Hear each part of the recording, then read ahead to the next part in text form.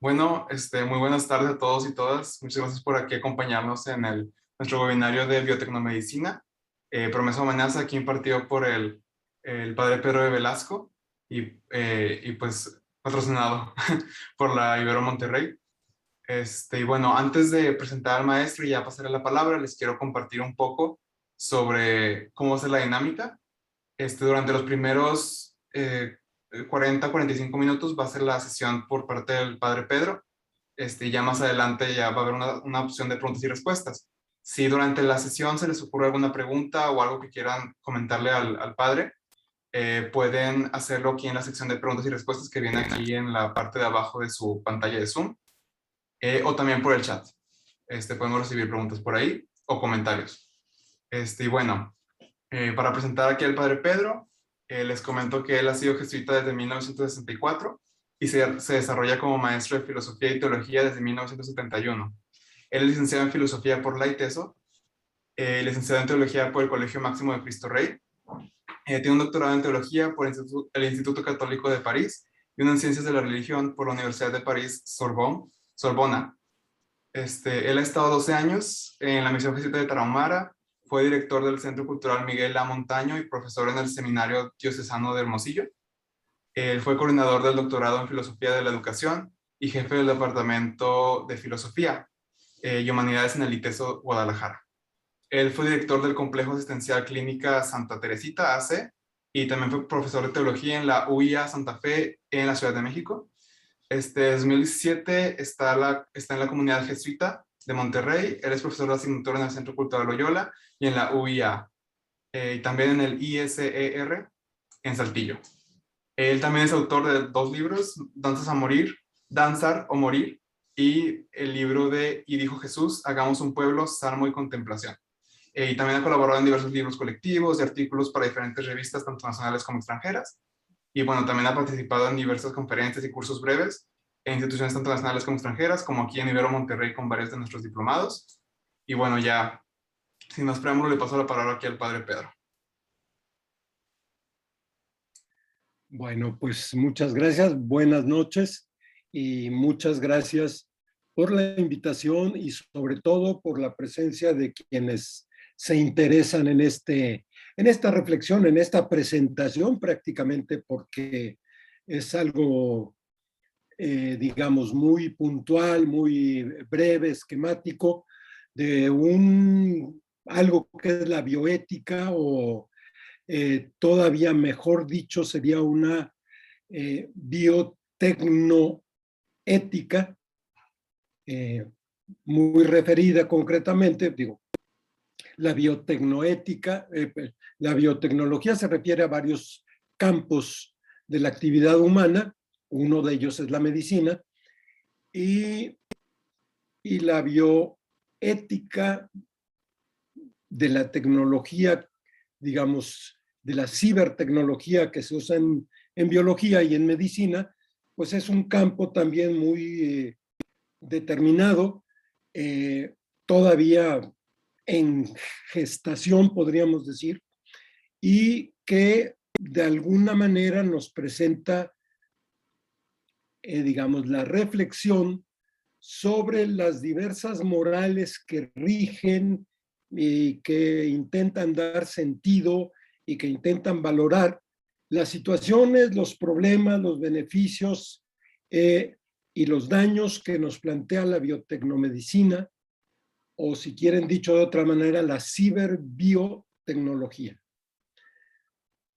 ¿Por qué meto lo de tecno y lo de ciber? Porque en realidad la biotecnología o la biomedicina o la biogenética son ciencias que dependen radicalmente de la cibernética, de la tecnología más ampliamente, porque veremos que hay todo un espacio de tecnología que no está directamente ligado a la cibernética, aunque ahora ya casi no hay nada que no esté ligado. Entonces, tenemos una confluencia de diversos elementos que vean que la reflexión ética sobre todos estos procesos no puede ser una reflexión simplemente lineal, a partir de principios referidas simplemente a la medicina o a los problemas concretos que la intervención médica puede generar, ¿sí? Sino que esto nos va a reenviar a problemas mucho más amplios que generalmente no se tratan en los tratados actuales de biotecnología, pero que son sumamente importantes. Ahorita vamos a ver algunas situaciones, problemas que exceden lo que sería estrictamente el campo de la medicina biocibernética, por llamarle de alguna manera, toda la parte de ingeniería genética humana, toda la parte de manejo de cibertecnología en las intervenciones médicas, en diagnósticos, en procesos y tratamientos, etc. Sin embargo, hay toda otra parte que excede este campo y que, sin embargo, depende radicalmente de la ciberbiotecnología. Y que entra, por supuesto, porque tiene que ver con la realidad humana, entra fundamentalmente en el campo de la experiencia, de la ética, perdón.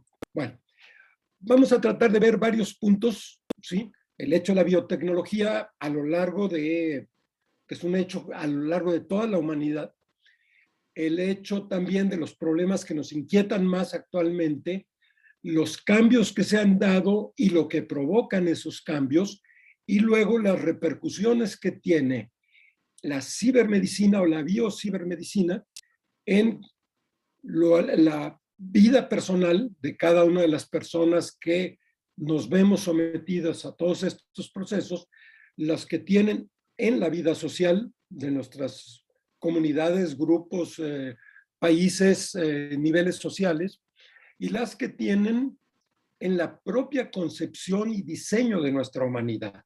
Bueno, entonces, primera cosa, creemos que la biotecnología es algo completamente actual, moderno e inusitado.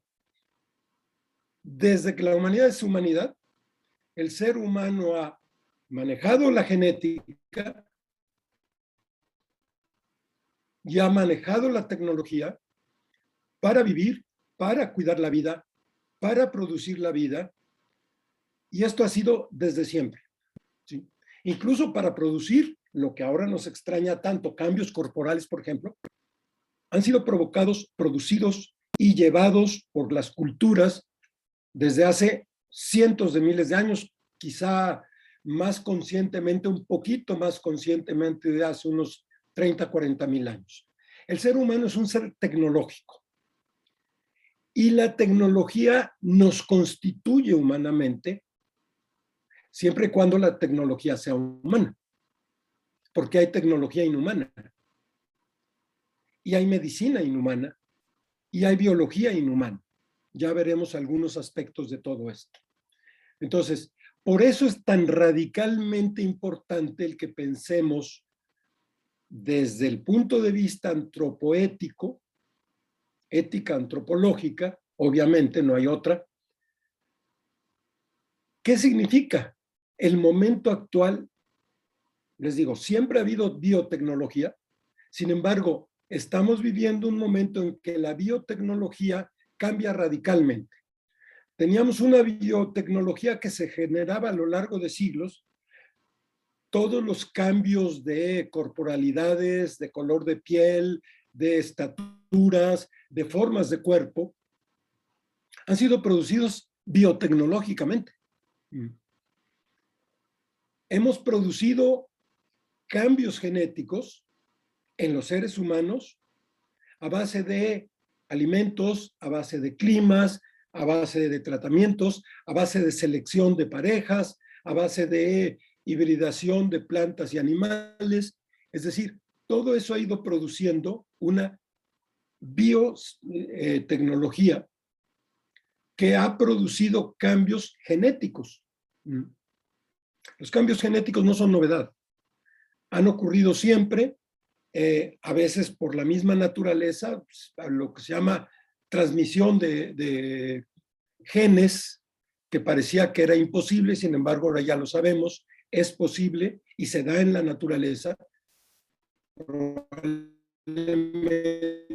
Nosotros tenemos muchos genes de bacteria que fueron, ¿por qué? Pues porque comimos bacterias y eso poco a poco fue configurando nuestro sistema genético, nuestros cromosomas incluso, etcétera, para responder a eso. Espero que no haya problemas, perdón, interrupción, que no haya problemas con internet porque me está diciendo que mi señal no está buena. Espero que no haya problemas. Bueno, entonces, la biotecnología no es una novedad, pero sí hay novedades en la biotecnología que nos plantean una serie de problemas muy importantes y que vamos a ver ahorita en qué consisten. Bueno.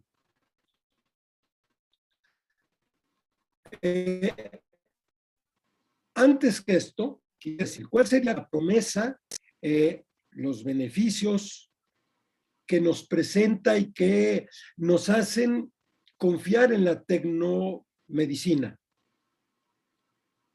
Bueno, básicamente serían tres cosas que han sido a lo largo de la humanidad también, digamos, los motivos de la medicina. La medicina nos ha acompañado desde hace varios milenios, probablemente unos 15 y quizá más. Es decir, lo primero que intenta, digamos, la biotecnomedicina es evitar el sufrimiento. Evitar lo que llamamos la enfermedad, ¿sí? Evitar el dolor, evitar daños, defectos que puedan venir congénitamente o que podamos adquirir por accidentes, etcétera, etcétera. Este sería un primer momento. El segundo momento trataría, esto ya no es tan explícito, mejorar el estado general de vivencia, no nada más funcionamiento, no nada más, digamos, llenar los criterios de salud, sino el estado general de vivencia de nuestra psicobiología. Y aquí insisto en la psicobiología porque uno de los problemas que vamos a enfrentar es que la biotecnología, a querer no, reduciendo el trato del ser humano, de sus enfermedades, de su organismo, a un mero trato de cosa orgánica. ¿Sí? Si a rato simplemente a funcionamiento de electricidad y de reacciones bioquímicas, físico-químicas incluso. Entonces, ahí hay una reducción enorme que repercute sobre la medicina misma y que repercute sobre nuestra propia concepción de lo que somos. Cualquier científico les va a decir que la humanidad depende del cerebro. Esto es una mentira. Y es una falta de comprensión de lo que es el ser humano, lo cual es gravísimo para una medicina que trata seres humanos. Ahí tenemos ya un primer problema que planteo de antemano. Entonces, es mejorar el estado general de vivencia de nuestra psicobiología. Se trata, por último, y esto es lo que trata actualmente y es lo que nos llama más la atención de la biotecnología, de incrementar y rediseñar lo que llamaríamos nuestras capacidades físicas, psíquicas, biológicas, en teoría naturales. No son nunca naturales, porque desde hace más de 15,000 años las hemos ido modificando. Sin embargo, actualmente hay algo distinto. Y esto nos lleva un poco a la segunda cuestión de qué es lo que ha cambiado. Pero bueno, a esto vamos a abordarlo después, porque quiero abordar primero el asunto de necesitamos tener control de todo esto. ¿Por qué? Porque está afectando nuestra vida humana, no solo individual, sino social, y está afectando no solo nuestra vida, sino nuestra realidad humana. Es decir, la medicina modifica nuestra realidad humana no solo modifican nuestros comportamientos, sino hay un cambio de realidad humana, mayor o menor humanidad, y la medicina tiene un papel importantísimo en esto. Cómo tratamos médicamente nuestros cuerpos va a configurar nuestra imagen de nosotros mismos y la forma como vivimos nosotros nuestros cuerpos. Y eso va a configurar ciertos tipos de humanidad. Ya veremos que además se van a añadir otros problemas en esto. Entonces, estamos jugando nuestra vivencia, nuestra salud, nuestra vivencia de la vida y nuestros propios procesos de constituirnos como seres humanos. Evidentemente no es nada más la biotecnología la que hace esto, pero incide fundamentalmente. Y estos procesos repercuten de regreso en la biotecnología. Entonces, tenemos que tener control de estos procesos, personal y socialmente, o diría yo al revés, social y personalmente. No podemos dejar el control de los procesos que afectan radicalmente nuestras vidas, nuestras sociedades, nuestros proyectos y culturas en manos de un grupo de tecnólogos que, como veremos, van reduciendo su actividad a un mínimo que es el funcionamiento biológico y físico-químico del organismo humano, y a veces ni siquiera del organismo humano, a veces es el funcionamiento simplemente de las células, de las conexiones nerviosas y punto. Ya veremos que esto ha traído también otros problemas importantes. Entonces, no podemos dejar las decisiones fundamentales, no digan sobre cómo hacemos o cómo usamos la tecnología, sino sobre el tipo de tecnología que estamos haciendo y las repercusiones que esa tecnología tiene. Esto, pues, excede, digamos, la parte estrictamente médica, pero tiene que ver con la medicina. Incluso es producto de la medicina. Entonces, la mayoría de los textos de bioética tratan, digamos, grosso modo, tres fases fundamentales que son el inicio de la vida, o tres tipos de problemas, los dividen en tres tipos: problemas del inicio de la vida, problemas del transcurso de la vida humana y problemas del fin de la vida. Algunos añaden un poquito problemas de ecobioética y algunos problemas de sociobioética. Sobre todo está bastante de moda el problema de la biopolítica, que es un problema político y biológico también. Bueno, entonces, tendremos que tocar eso rapidísimamente. Bueno,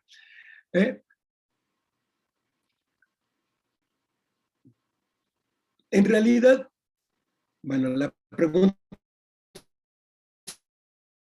¿por qué una reflexión ética? La reflexión ética es la que nos permite manejar humanamente la vida. ¿Sí? Es, digamos, la forma como los seres humanos vamos asumiendo, decidiendo, realizando, compartiendo nuestra vida. Y es algo que no podemos escapar. Incluso hay algunos filósofos que se oponen a la bioética porque dicen que el tratar de manejar la vida ya es un crimen, ¿sí? Que ya es una cosa gravísima y que por eso estamos banalizando la vida humana y la vida en general, ¿sí? Que no podemos pretender, digamos, tener poder sobre la vida, lo cual tiene un aspecto interesante, pero que es un poco irreal. ¿Por qué? Porque cuando estas mismas personas dicen que está mal que tratemos de manejar la vida, ya están haciendo una propuesta ética, moral, y una afirmación moral sobre la vida. ¿Sí? Es decir, la vida no se debe manejar por el pensamiento humano. Eso es una afirmación ética. Ya están haciendo ética. Sí. Es inescapable. Y la bioética, sobre todo en la cultura actual, es inescapable, porque estamos sometidos a sistemas muy grandes que nos imponen ciertos comportamientos que tienen que ver con la bioética. A mí me llamó la atención en una invitación que me hicieron a un ejido.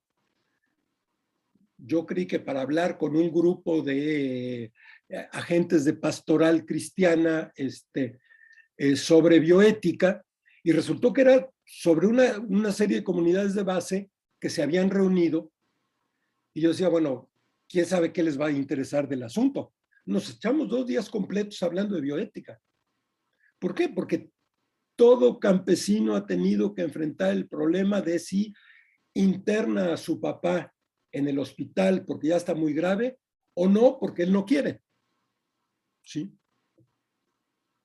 O si, ya que lo internó en el hospital, lo saca o no lo saca porque el papá ya se quiere ir y los médicos dicen que no se vaya. No es un problema de bioética. ¿Sí? No. Hay otros muchísimos problemas de bioética que pueden ir desde el cambio de corporalidad y de sexualidad, ¿sí?, hasta si podemos manipular embriones, hasta si podemos decidir nosotros cuándo morirnos.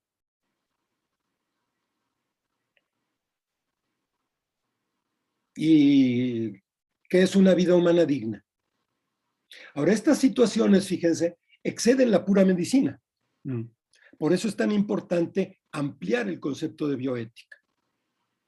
Es decir, los médicos tienen el juramento hipocrático de defender la vida. ¿La vida es biológica nada más? ¿La vida es funcionamiento de órganos?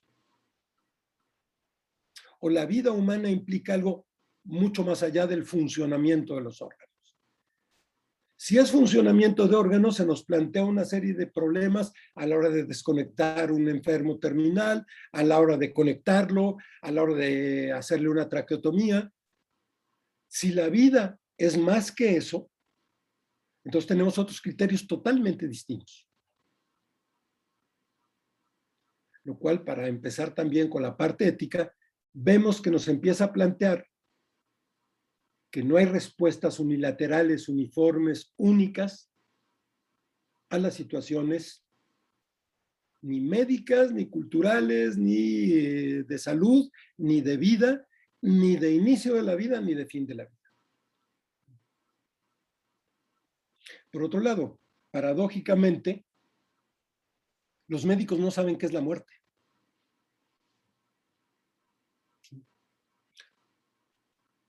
Es decir, saben cuándo el organismo deja de funcionar.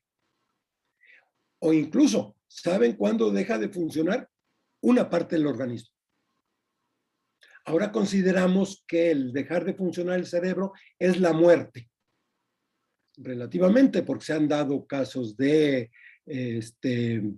encefalograma plano durante semanas, que luego resulta que no estaban muertos. ¿Pero qué es la muerte? Eso excede a la medicina. Como que es la vida. ¿Sí? El médico trabaja con seres vivos y, podríamos decir, atestigua que de pronto un ser humano ya está muerto. Que en realidad el único criterio para estar muerto es la descomposición del cuerpo. Pero bueno, esto es simplemente apunte para que veamos estas cosas. Bueno, paso a la parte de los asuntos inmediatos, digamos, que son los que más nos llaman la atención y que se plantean en la actualidad. Las técnicas de fecundación también han existido siempre. Y las técnicas de impedir la fecundación también han existido desde hace muchos siglos. Entonces, ahí no está la novedad. ¿Dónde está la novedad? Bueno, en que esas técnicas se están manejando por procesos muy veloces, por procesos, digamos, muy centrados en instrumentos y aparatos complicados, muy relacionados con la cibernética. Se están manejando, digamos, a niveles celulares, cosa que antes era imposible, desde luego, y con una precisión, al menos en teoría, muy importante. Y con unas repercusiones también que no se tenían antes. ¿Sí? Es decir, simplemente planteo los problemas, porque si no, el curso este dura por lo menos 2 semestres y estamos ahorita en una pequeña presentación de lo que sería eso. Ok, entonces, ¿qué tenemos actualmente? Bueno, puede haber una fecundación artificial, es decir, a base de fecundar no directamente el óvulo y por los espermatozoides mediante el método, digamos, llamado natural, sino puede ser extracorporalmente, puede ser con técnicas también intracorporales que generalmente resultan bastante complicadas, aleatorias y a veces sumamente violentadoras para las mujeres, pero se puede hacer fuera del útero, se puede hacer en probeta. Los niños de probeta fue el primer nombre de la fecundación anal.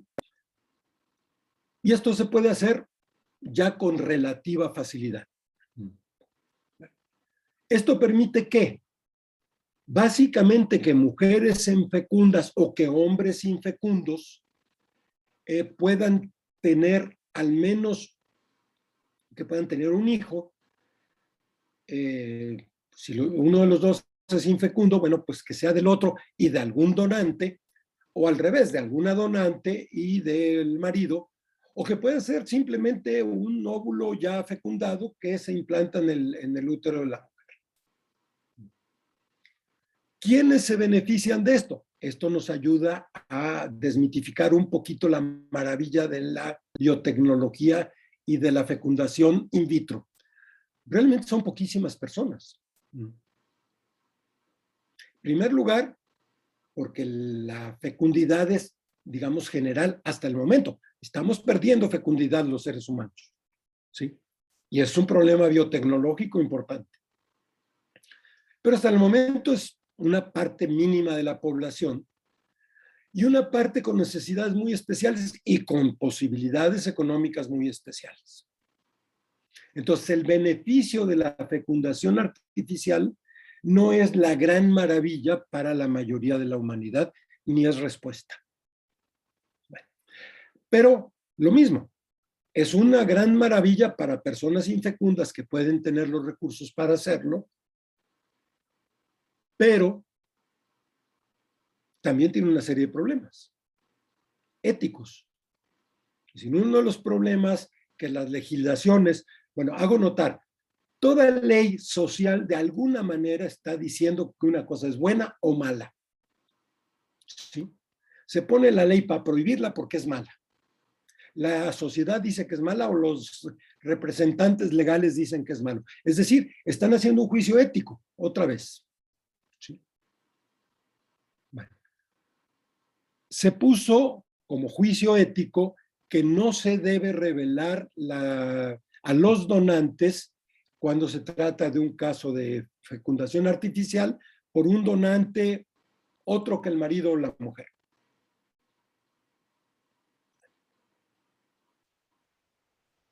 ¿Esto era para qué? Para proteger que el hijo no tuviera la tentación de ir a buscar a su papá, etcétera, etcétera.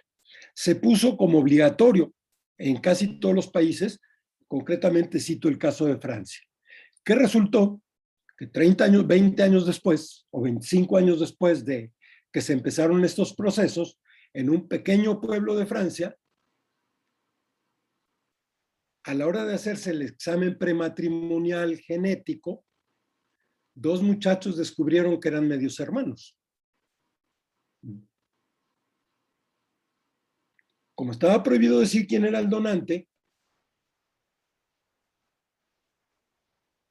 El problema es que luego se descubrió quién era el donante porque empezó en el pueblito a haber muchos casos de hermanos que tenían el mismo donante paterno, que significativamente era el médico de la comunidad. Entonces, es una cosa maravillosa, pero que nos plantea una serie de problemas humanos sumamente graves.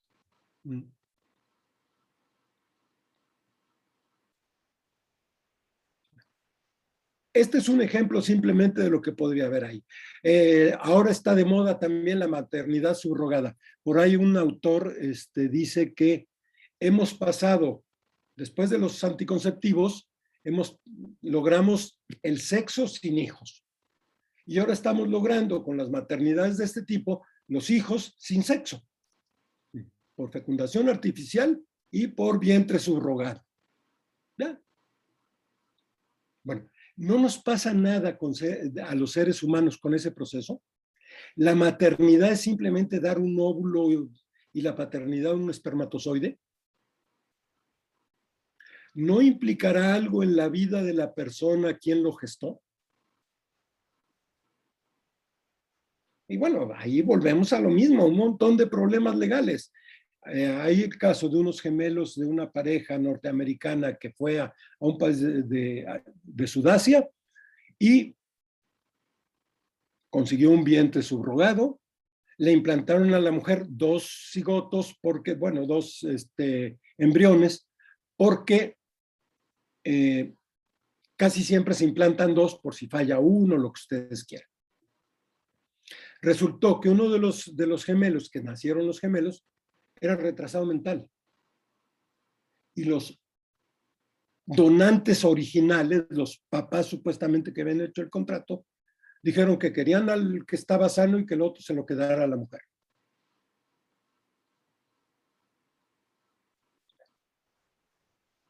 Hay que legislar eso. El problema es que hay que legislar en biotecnología tantos miles de posibilidades que no es posible hacer una ley. Porque además están surgiendo cada momento nuevas posibilidades.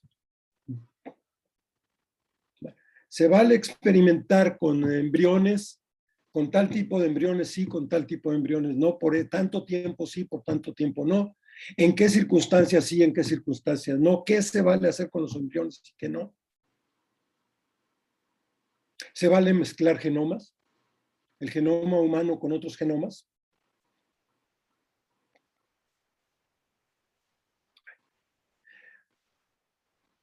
La maravilla que tenemos actualmente de análisis genético, etcétera, etcétera, nos permite analizar el código genético de prácticamente de los embriones recién implantados o poquito después. ¿Sí? Cuando descubrimos que ese embrión o ese feto, pero sobre todo todavía embrión, tiene defectos genéticos graves, ¿qué hacemos? ¿Se vale abortarlo? ¿No se vale abortarlo? Digo, un caso muy claro, no tan grave, sería el de la trisomía del gen 21, es decir, el síndrome de Down.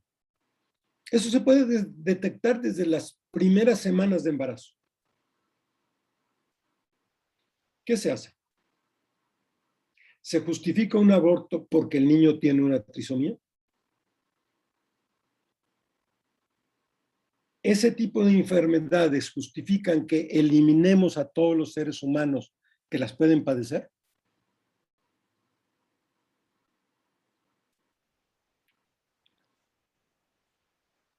De ahí ahí hay un montón de problemas que podríamos tocar respecto del inicio de la vida. ¿Se vale experimentar con embriones humanos? ¿Se vale destruir los embriones sobrantes que se llaman? Es decir, embriones que no se utilizaron. ¿Por qué? Porque, bueno, de los 6 que se fecundaron, 1 o 2 funcionaron, y los otros, ¿qué se hace con ellos? ¿Congelados hasta la eternidad? ¿Hay obligación de destruirlos en cierto tiempo? Ok. Hay toda otra serie de problemas en los tratamientos a lo largo de la vida. El primero ahorita sería, hablando de biomedicina actual, ¿el Estado puede imponer la vacunación? Es un problema de salud pública. ¿Puede prohibir que una persona no vacunada ingrese al cine, etcétera, etcétera? Vean las protestas que está habiendo en Europa y en Estados Unidos. ¿Con qué criterio se dice que es necesaria o que es obligatoria la vacuna? ¿O con qué criterio se dice que no importa si se la ponen o no? Es que es mi cuerpo. Sí, porque es mi cuerpo. Si yo estoy infectado de SIDA, ¿puedo tener relaciones sexuales sin protección con cualquier persona? Es mi cuerpo. Claro, es el cuerpo de la otra persona, igualito que en el caso del COVID. Son los cuerpos de otras personas.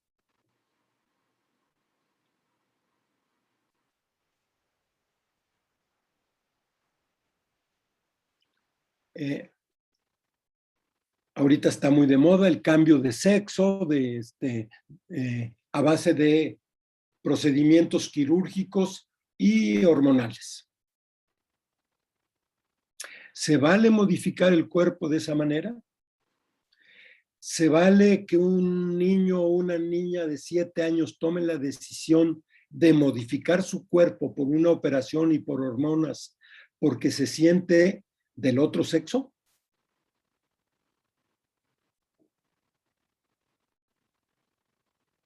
El hacer ese tipo de cambios no nos está llevando a un tipo de medicina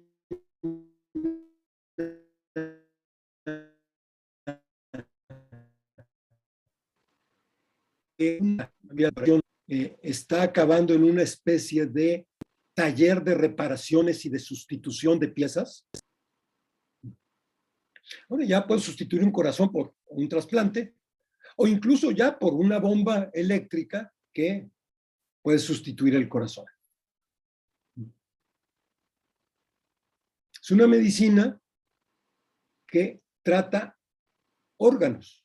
Claro, para el funcionamiento del organismo, por supuesto, pero de lo que se ocupa es de órganos. El otro día platicando con un médico de esto, decía yo, hay una fragmentación de la medicina en hiperespecialidades que nos está llevando a una fragmentación de nuestra propia imagen de nuestro cuerpo.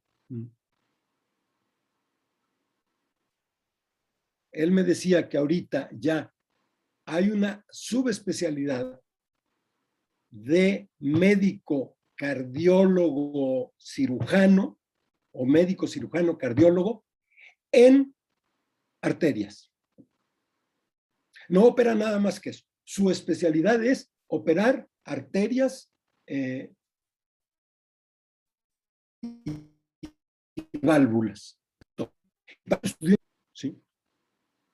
Y bueno, en el deporte hemos oído cuántas veces que hay médicos o de dedos del pie. Es decir, ese señor tiene un conocimiento total, vamos suponiendo que es total, de un fragmento así del cuerpo humano. De alguna manera, por ser médico, tiene una especie de un conjunto de, digamos, de conocimientos que le permiten un poquito, digamos, no destazar completamente el cuerpo y sacar una parte así nomás. Pero muchísimos de los procedimientos es eso. Sacamos el corazón, le hacemos una serie de limpiezas y lo volvemos a meter.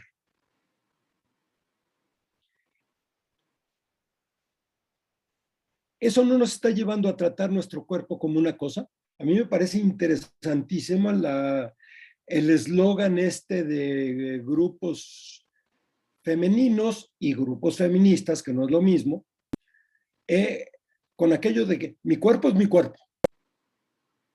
Es mi propiedad. Es cierto que mi cuerpo es mi cuerpo relativamente, mi cuerpo es de mucha gente también, ¿sí? Pero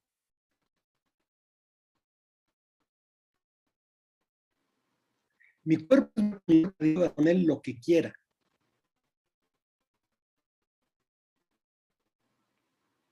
Estarlo, tenerlo, lo que sea. Es mi propiedad privada.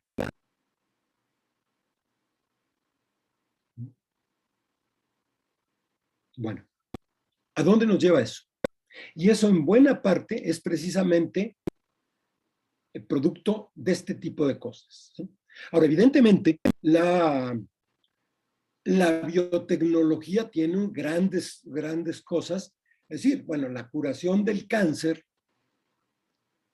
ciertamente ha avanzado de una forma enorme y es algo que se va extendiendo a la población, ¿sí? Y eso es biotecnología, sí, sí. Y en eso ha habido un avance importante y ha habido un beneficio importante para la humanidad, sí, evidentemente. Éticamente, podemos decir que es una gran ventaja y que como tecnología es una tecnología buena, ¿sí? Sin embargo, si nos vamos a las repercusiones sociales, cuando se destina la enormidad de recursos privados y públicos a este tipo de tecnologías, por ejemplo, de curar el cáncer, y se descuidan al mismo tiempo las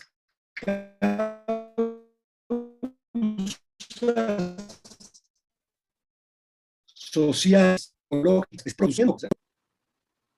Tendríamos que preguntarnos si es ético meterle tanto dinero a estas hiperespecializaciones cuando hay formas mucho más, digamos, sencillas, al alcance de todos, más baratas, más asequibles para la mayoría de la humanidad, que pueden evitar lo mismo. Estamos en una medicina que se especializa cada vez más en curar. Y ya no solo en curar, sino en predecir posibles enfermedades para desde antes poner remedios. ¿Eso es ético? Sí. Bueno, de esto habría muchísimas preguntas, es decir, ¿qué obligación tenemos de cuidar a una persona con gravísimas deficiencias mentales a la hora que le da una infección de la cual se puede morir? ¿La tenemos que rescatar? ¿O a una persona que está sufriendo en un momento dado terriblemente, sin esperanzas de recuperación, la tenemos que seguir tratando? Aquí ya pasamos a los problemas del final de la vida, ¿sí? Bueno, el médico hizo juramento de defender la vida siempre. Prolongar la situación de un enfermo que no puede ya respirar por sí mismo, que no puede tragar por sí mismo, que no puede a ratos ni siquiera tener un latido del corazón por sí mismo. Eso es cuidar la vida, eso es defender la vida. ¿Sí? Y eso no depende, o más bien dicho, sí depende de nuestra concepción médica. ¿Sí? Si la vida es funcionamiento de órganos, hay que mantenerlo funcionando. Si la vida no es eso, se nos plantean otra serie de problemas. ¿Qué medios hay que usar? ¿Cuáles son humanos y cuáles son inhumanos? ¿Se vale que una persona se niega a recibir cuidados terapéuticos? ¿Se vale que la esposa o el esposo de una persona totalmente inconsciente, etcétera, etcétera, diga que la desconecte y se la lleve a su casa?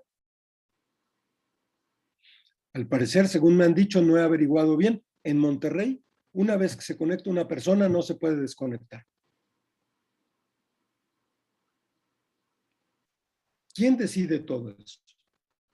¿Desde qué criterios, desde qué experiencias? Ahora, esto, insisto, Y insisto, y bueno, nos quedamos como la tercera parte para variar de todo, pero sí nos tenemos que preguntar qué repercusiones tiene todo esto en nuestra humanidad. Si estamos creando dos niveles de humanidad, una humanidad que va a tener a su alcance una serie de dispositivos eugenésicos, es decir, para aumentar sus capacidades, sus posibilidades, su fuerza, su inteligencia supuestamente y hasta su belleza, a base de modificaciones genéticas.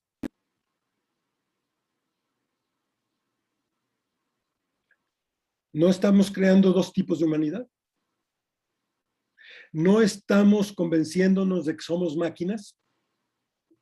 Ahora parece que la tentación es, como estamos acabando con el planeta, pues bueno, no importa. ¿Por qué?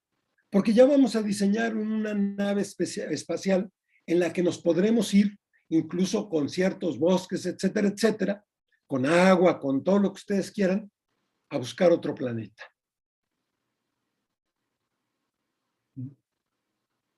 Como eso va a tardar, entonces ya hay un proyecto financiado por un multimillonario para ver cómo podemos trasladarle a una computadora todos los datos de nuestro cerebro y la capacidad de crear más computadoras para que la computadora se pue a sí misma y entonces todos los datos del cerebro de este individuo se perpetúen por sí mismos. ¿Eso es humano? Ya se está hablando que vamos a la época de la posthumanidad o de la transhumanidad. Ya la humanidad actual no sirve. ¿Eso qué significa para nosotros como seres humanos actuales? Y eso se lo debemos ¿a qué? A una medicina que nos permite, ¿cómo se llama? Insertar chips, que nos permite tener una visión de la llamada en tiempo real, con unos pequeños lentes que se nos insertan en los ojos y que entonces no solo vemos la realidad, sino vemos todos los datos de esa realidad al mismo tiempo. Estamos diseñando seres humanos de acuerdo con nuestras obsesiones actuales. Y eso está teniendo repercusiones terribles, ¿sí? Estamos en una era de la hipermedicalización, con las consecuencias de drogadicciones, de suicidios, etcétera, etcétera, ¿sí? Estamos en una época de la fragmentación de la medicina, de los diagnósticos y de también la hipertecnologización. Actualmente, ningún médico consulta si uno no llega con un bonche de estudios hechos por una máquina, por un técnico, leídos e interpretados por otro técnico que ahora tiene que tener grado de doctor o, digamos, formación médica, que le pasa la interpretación al doctor que es el que me asiste o el que me cuida, para que él pueda diagnosticar qué tengo.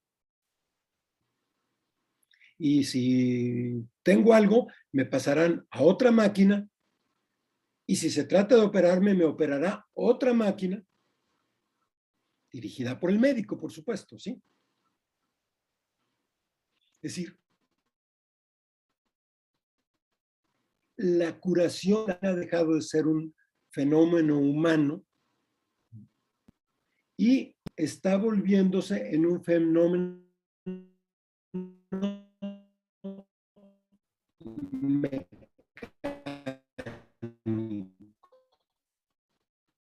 es el movimiento de las poleas cuando el organismo se concebía como un sistema de poleas. Y obviamente a lo que se dedicaba la medicina era a trabajar con los músculos y con los huesos.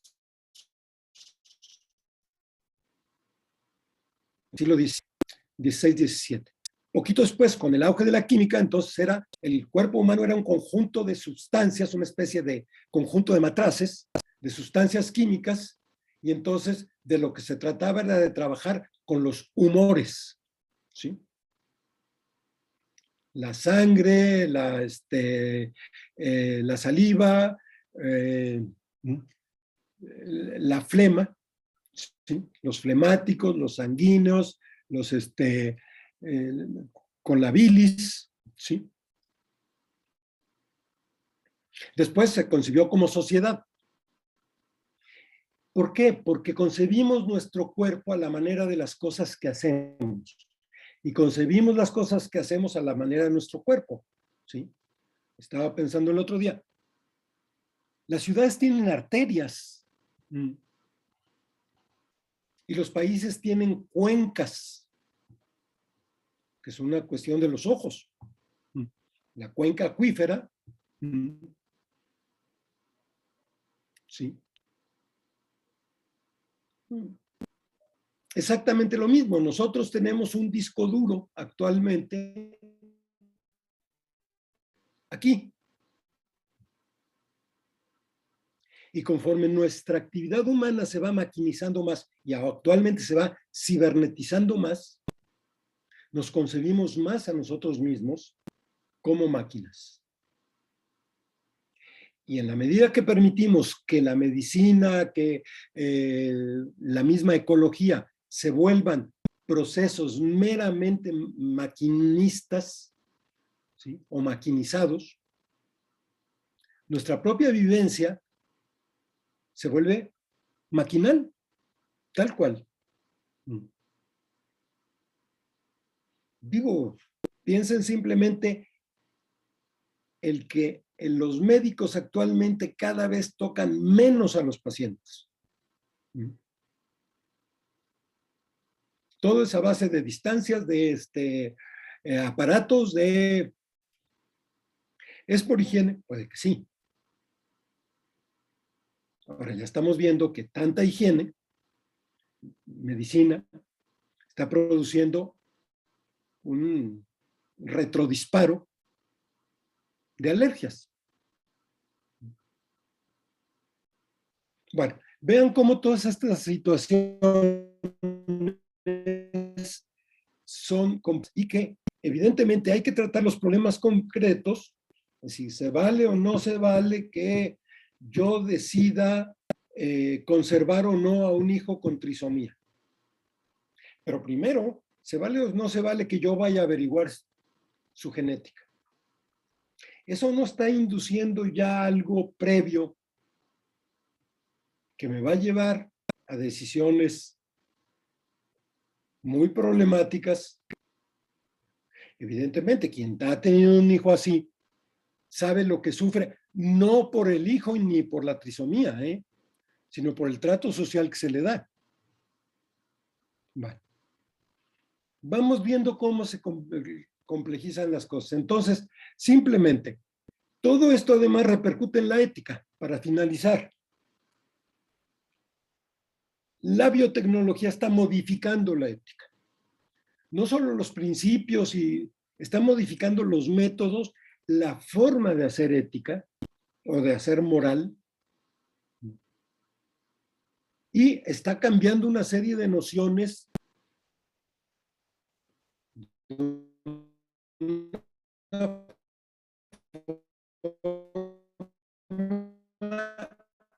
enorme, es decir, la cultura actual atea acepta eso, pero en segundo lugar, cuando yo sé el poder que tengo sobre mi vida, o cuando yo estoy viviendo situaciones sumamente graves, terminales, por ejemplo,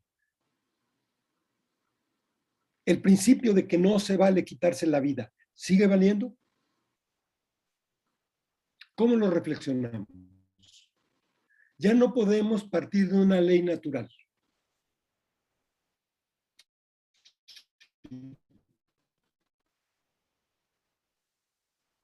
Pero ahora vamos a hacer, se llama estudio de casos, y discutir los casos y a ver si llegamos a un consenso.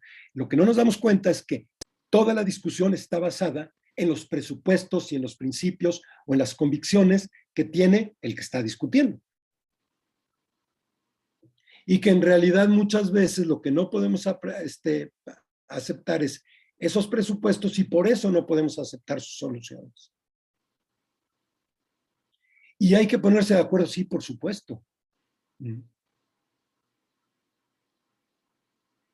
¿Se puede permitir que las enfermeras maten a los pacientes terminales? Ahí se requiere un consenso social. No basta que la enfermera esté convencida de que está haciendo bien. ¿Ese es su criterio? Sí, claro. Pero hay algo ahí que no depende exclusivamente del criterio, ni siquiera de la buena intención de la persona. ¿De qué depende? ¿Y cómo podemos construir esos consensos? Se han puesto de moda los comités de ética. Y bueno, sirven para añadir datos. Ya tendremos una experiencia a los que vayan a tomar asuntos, los cuales el poner en común con personas distintas, de distintas formaciones, no médicos solamente, ni siquiera principalmente, puede añadir puntos de vista sumamente importantes para la reflexión ética o bioética. ¿Sí? Y una de las exigencias de los comités de ética es que haya enfermos, que haya enfermeras, que haya parientes, que haya, y que haya médicos, incluso que haya gente de las instituciones.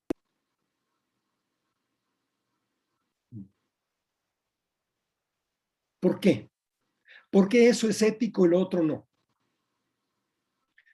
Y bueno, si me preguntan, yo diría, efectivamente eso es ético, lo otro no. Que el médico tome la decisión es totalmente inmoral. No puede. Médicamente no puede tomar la decisión. Él puede indicar los elementos para tomar la decisión, pero él no puede tomarla.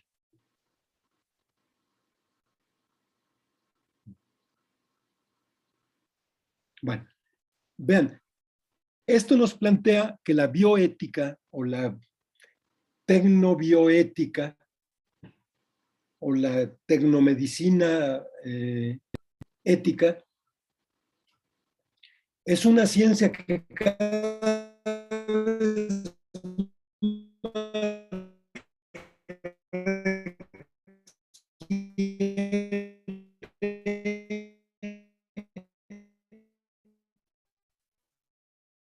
de un montón de experiencias prácticas.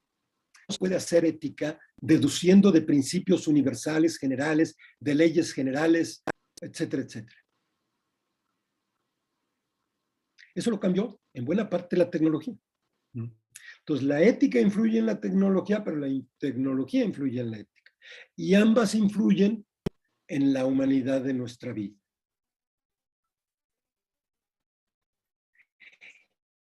Y si no, estamos caminando hacia el suicidio, como personas o como comunidades.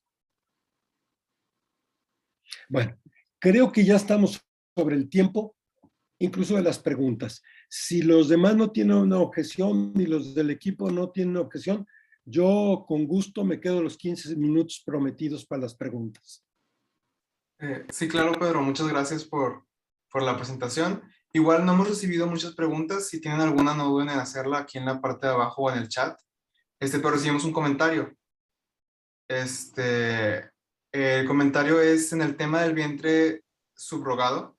Puede tener como argumento positivo la posibilidad de ser padres cuando no se puede, pero preocupa que se legalice y se pueda realizar una serie para venta de órganos y otras actividades inhumanas.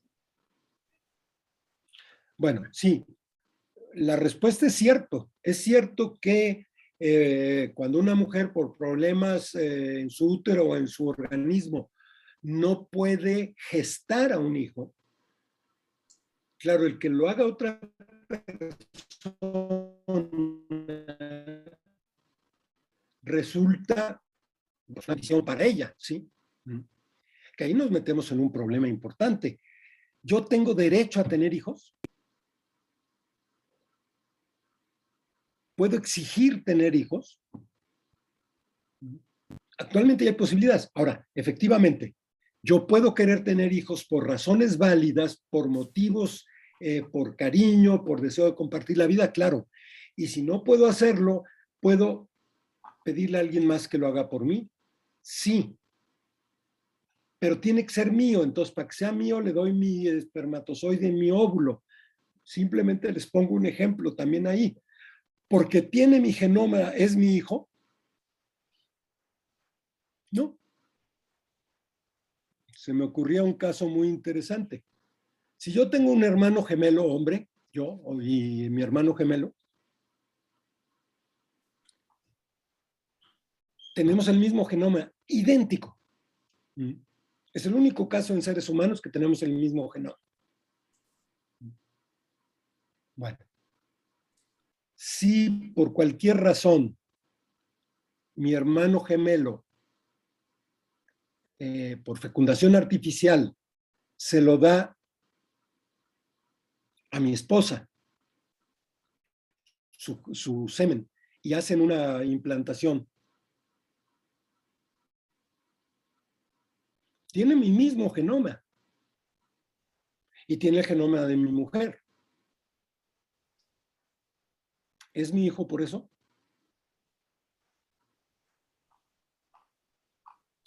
Genoma no es paternidad ni maternidad.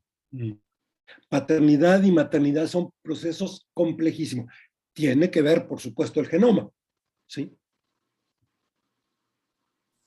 Pero no es el factor decisivo, porque podríamos tener este caso, que tenga el mismo genoma que el mío, ¿sí? Y que sin embargo, y que el de mi mujer, porque fue con un óvulo de mi mujer, y que sin embargo no sea mi hijo. ¿Basta que tenga mi genoma para que sea mi hijo? Al parecer no. ¿Por qué? Porque el fenómeno de la reproducción humana no es mero fecundación e intercambio de genomas y un proceso mecánico, ¿sí? Ahora los psicólogos están en que ya desde el cuarto, quinto mes hay una interacción madre-hijo importantísima. Si yo tengo un hijo de un óvulo fecundado de otra persona y de un espermatozoide, es decir, de un cigoto o de un embrión ajeno, y lo pongo en un vientre ajeno. ¿Es mío? Porque yo pagué el vientre y la fecundación. ¿Qué diferencia habría entre eso y un hijo adoptado? Yo puedo, actualmente se puede hacer, con una célula mía que se puede fecundar. ¿Puedo crear un clon de mí mismo? ¿Eso es humano? En esto de los vientres subrogados. Por supuesto, si además, como me consta de algún caso, la persona que lleva al niño, que presta su vientre, en este caso era la abuela, mamá de la mujer, ¿sí? Evidentemente, en ese caso, uno dice, el proceso es mucho más humano, ¿sí? Pero, por ejemplo, ya se han dado 2 o 3 casos en que ya hay una técnica para que mujeres de 60, 70 años puedan gestar.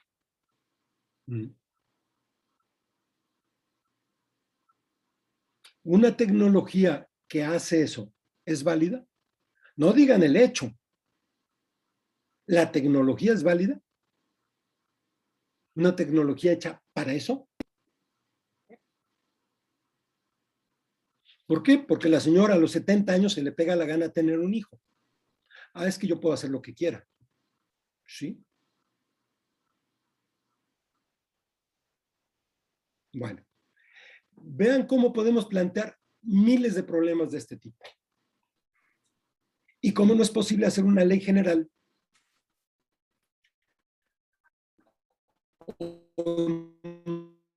no es posible hacerlo. Tenemos que hacer otro tipo de moral y de ética. Pero como sociedades y como individuos, si no lo hacemos, estamos arriesgando nuestro futuro. Bueno, ok. Pues creo que son las intervenciones que hay. Muchas gracias por un par de felicitaciones que están también ahí y muchas gracias por su atención. Creo que lo dejamos aquí. Creo que iba a haber una invitación al curso por ahí. Sí, claro. Bueno, igual muchas gracias al padre Pedro y a todos los presentes. Es muy grato para nosotros ver cómo les interesa el tema y pues siempre querer avanzar en lo que es nuestro crecimiento personal y desarrollo pues también personal, nuestro conocimiento. Y bueno, nos queremos invitar a lo que sería el diplomado que está impartiendo el padre Pedro aquí con nosotros en Ibero Monterrey, de bioética, apropiarnos de la tecnosalud humanamente. Hay dos horarios, el horario matutino de 10:30 a 1 p.m. y el horario nocturno de 7 a 9:30 p.m. Tenemos como fecha de inicio lo que sería el jueves 2 de septiembre, la próxima semana, el próximo jueves, sería lo que tenemos planeado como la fecha de inicio para el curso. Es de 2 semestres. Ya con el descuento por la contingencia que estamos ofreciendo, tiene un costo de 6,360 pesos por semestre. Y pues nos gustaría mucho invitarlos. Igual el día de mañana les vamos a enviar por correo lo que es la grabación de esta sesión y también les compartiremos la ficha informativa del curso y todo el proceso que sería para inscribirse en caso de que les interese. Igual, cualquier duda que tengan sobre el resto de nuestra oferta, también estoy aquí para apoyarlos. Y pues no sé, muchas gracias, Pedro, y a todos los presentes. Pues muchas gracias a ustedes que hicieron posible el webinar y a todos los que participaron, que también lo hacen posible. Muchas gracias y buenas noches. Buenas noches.